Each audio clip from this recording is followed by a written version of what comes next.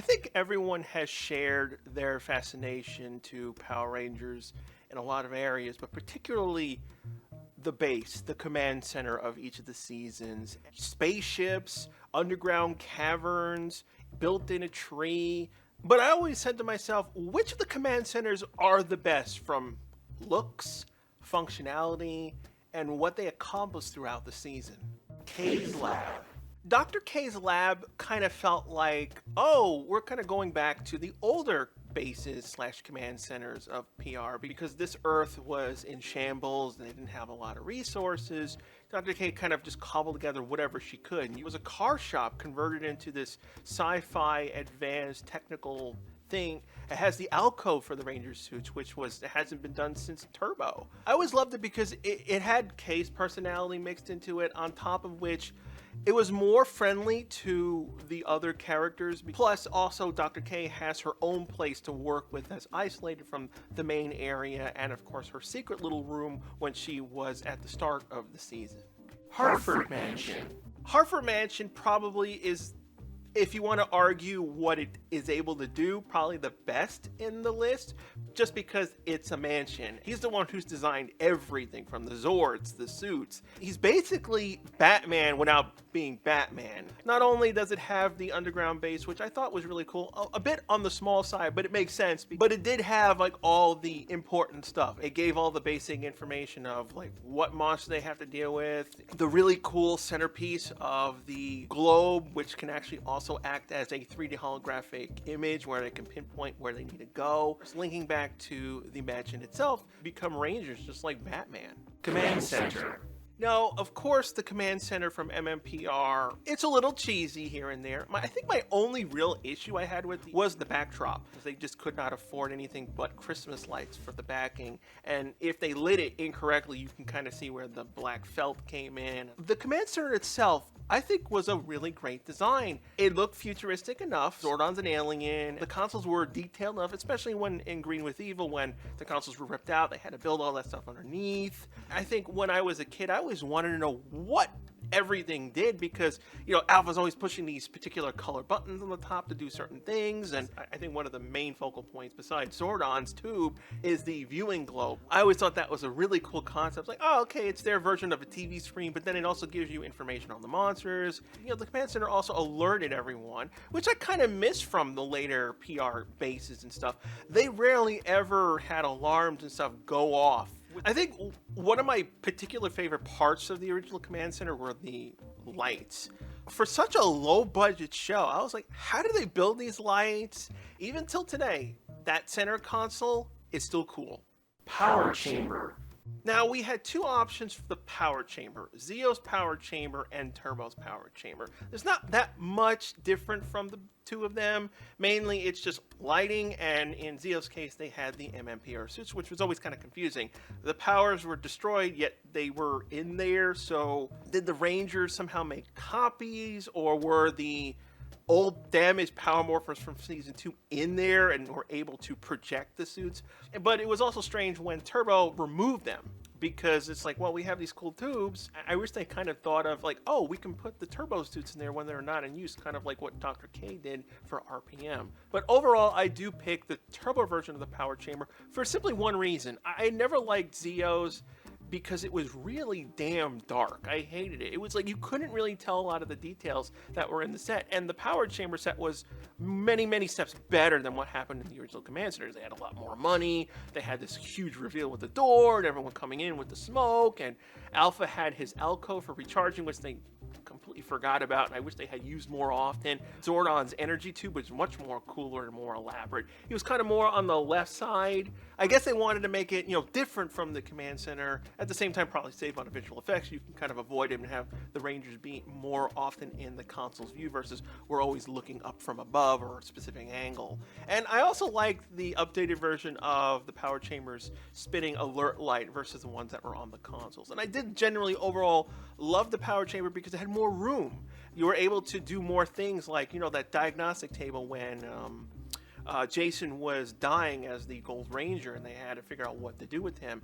Now, in the Turbo movie, that was like the only time we ever got to see the power chamber in high definition. So the set looked really good for a TV show that was still fairly low budget. They still put a lot of effort into the command center. I just wish there were more shots of the consoles. That's the only thing that lacks from the power chamber.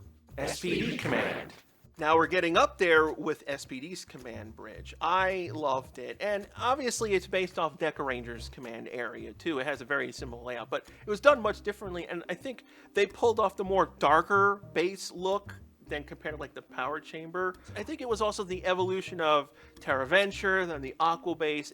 Everyone wanted to add on to that element, holograms in the center, and it had the station for all the Rangers so they can look around and then do their own thing, versus like in other bases, usually the command area ops, if you want, like in Ninja Storm, Cam is the only one who can really operate the computer, and if anyone else had to do the computer, only one person can do it. And then you can use that as, you know, exposition, the sidewalls, which you have all the extras, which is extremely rare in Power Rangers because in most cases the bases are secret.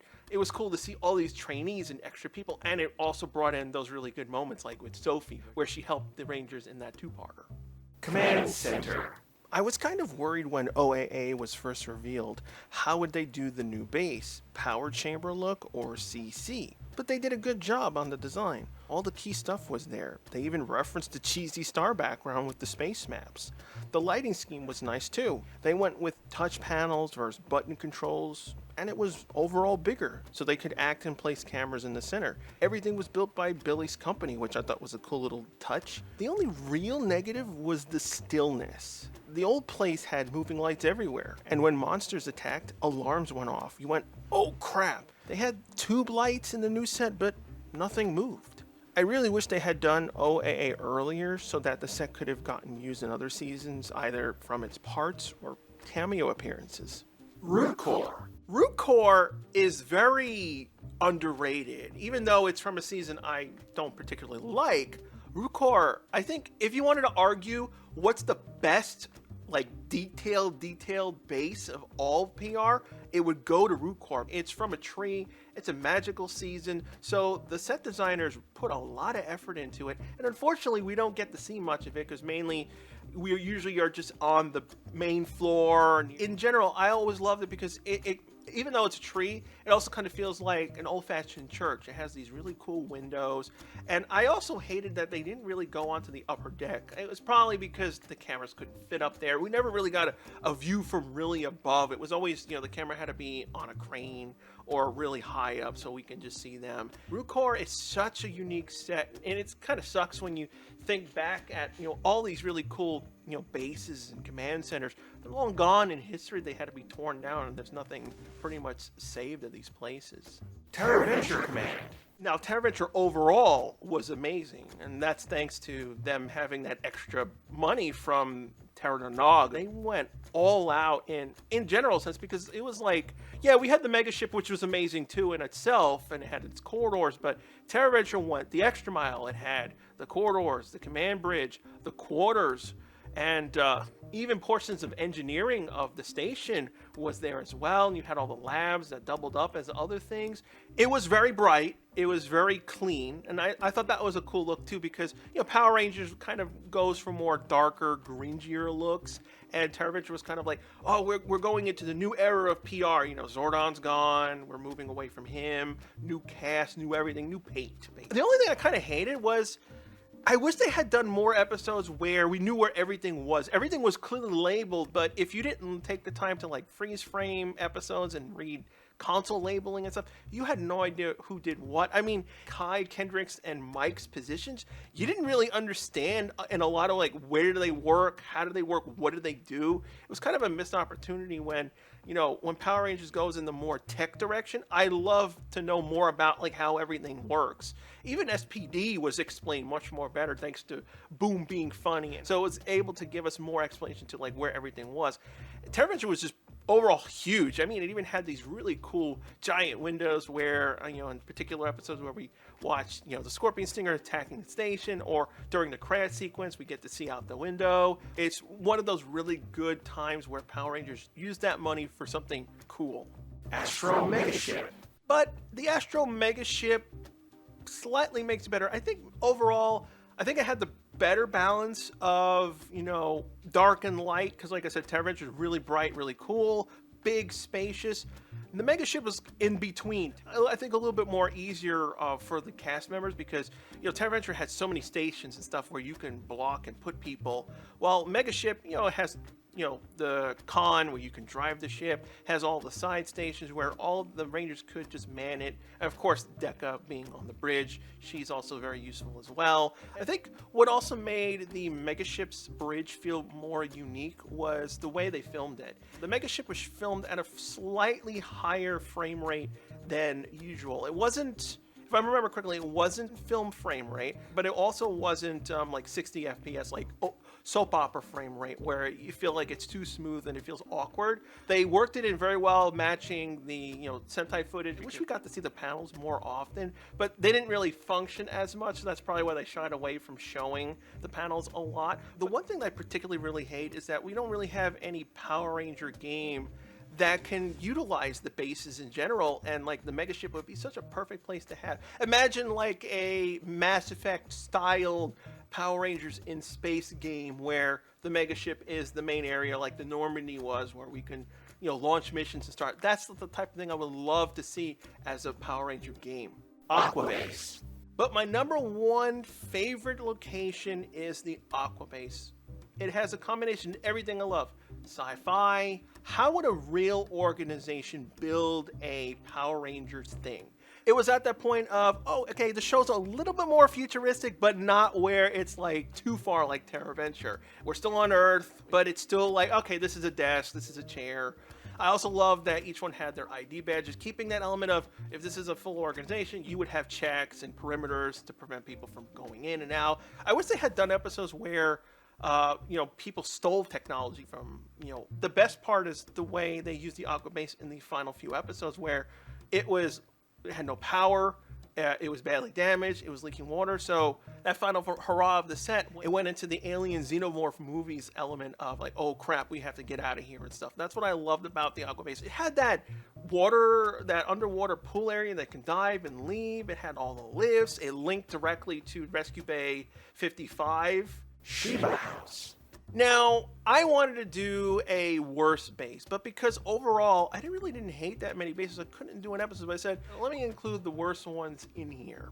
The first one has to go to the Shiba House. The Shiba House, I liked it for its aesthetic as a house, but there's no like underground base or anything that connects to the house.